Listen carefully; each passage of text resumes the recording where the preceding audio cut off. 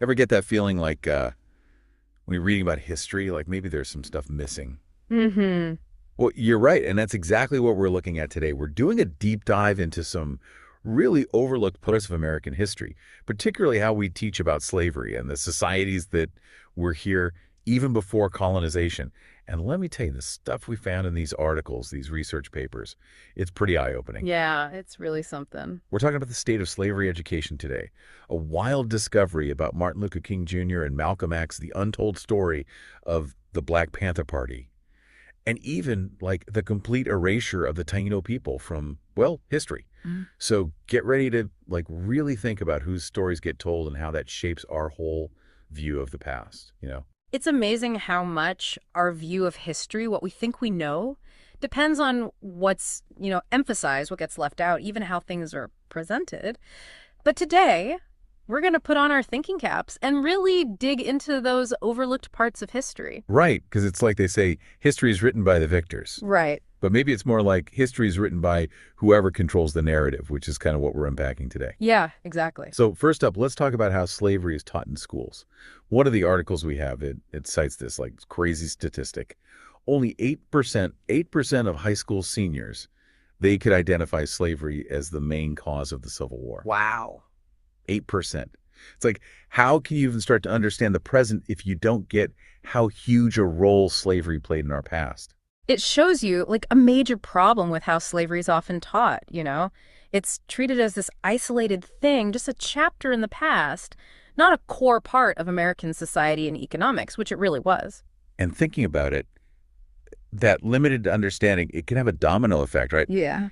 If we don't really deal with the horrors of slavery, how deeply rooted it was, aren't we risking repeating those same mistakes, those same patterns of oppression, Mm. just in new ways? Exactly. It's like imagine building a house on a cracked foundation. Oh, okay. You might not see the problems right away, but eventually they'll come out. It's giving haunted house, but make it historical trauma. Right. And speaking of uncomfortable truths, this report from the Southern Poverty Law Center, it really gets into the nitty-gritty of teaching this subject.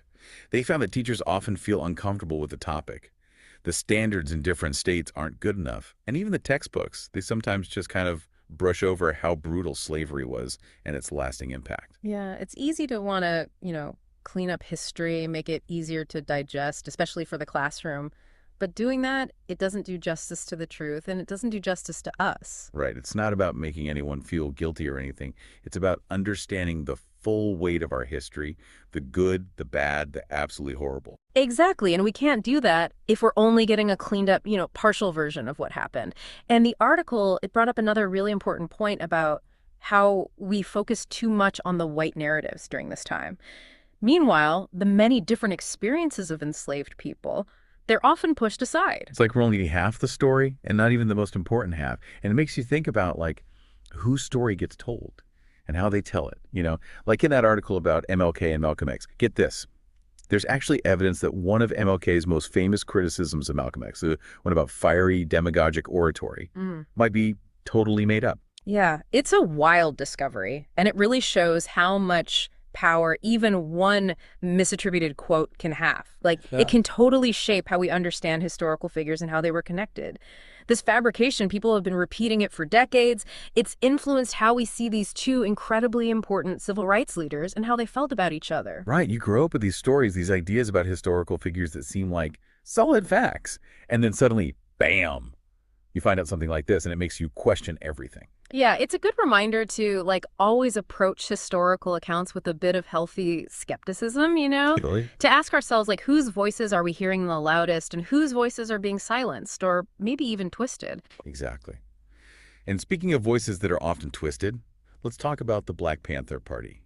This article did a good job showing how often people reduce them to just violence, which really doesn't do their whole story justice. Totally agree.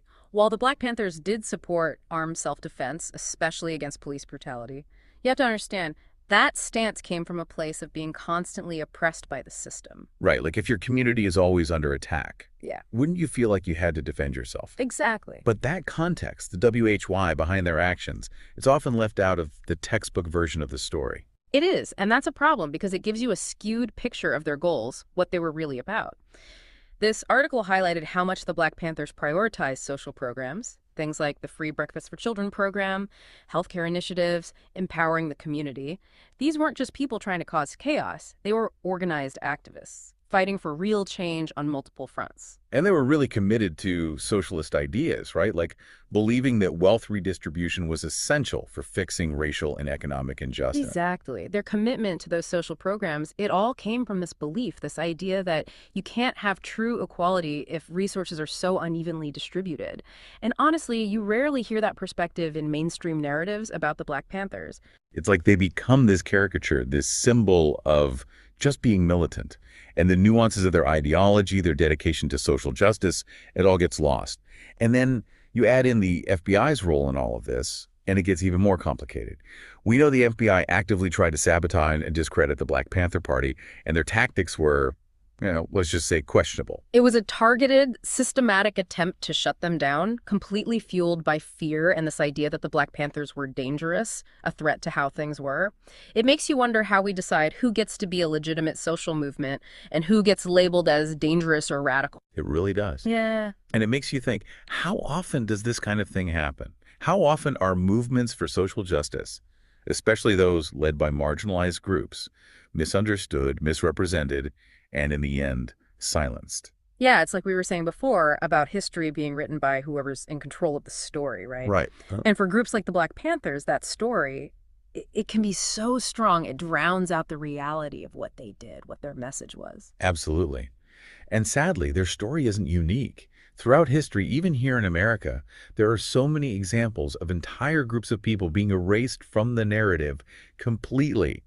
And that leads us to the last article, which looks at a group you might not have even heard of, the Taino people. They were the original inhabitants of the Caribbean. You know, I have to admit, I had never even heard of the Taino people before I read this article. It's like, we all know about Columbus, but how many of us could name even one Taino leader or even describe their culture? It's a sad but perfect example of what scholars call curricular genocide. It's the systematic removal of certain groups from what's taught in schools, which basically silences their stories, makes their contributions seem small, and in the end, keeps us from truly understanding history. Curricular genocide. That's a powerful way to put it.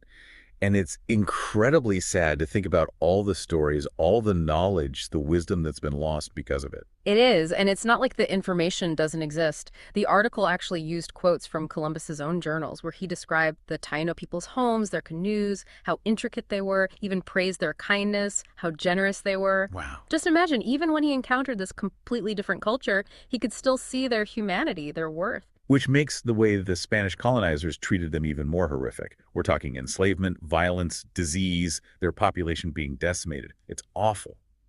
And to think, for centuries, their story has been ignored, downplayed, or completely wiped from our collective memory. And that erasure, it has real consequences. It lets us continue harmful narratives, ignore the lasting impact of colonization, avoid facing the uncomfortable truths about our own past.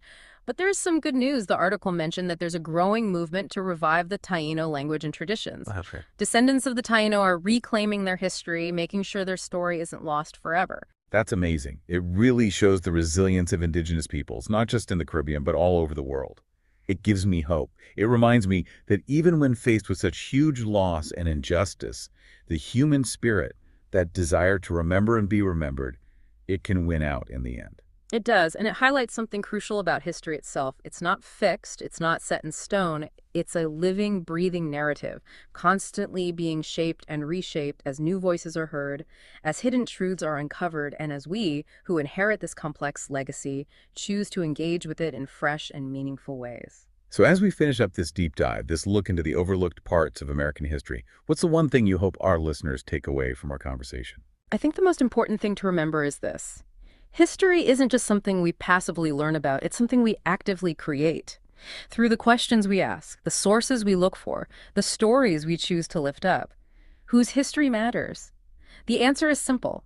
Everyone's. Perfectly said. And for those of you listening, don't stop asking questions. Keep seeking out those untold stories. And remember, you have a role to play in shaping a more inclusive, a more accurate understanding of our shared past. Because history isn't just something that happened, it's still happening right now.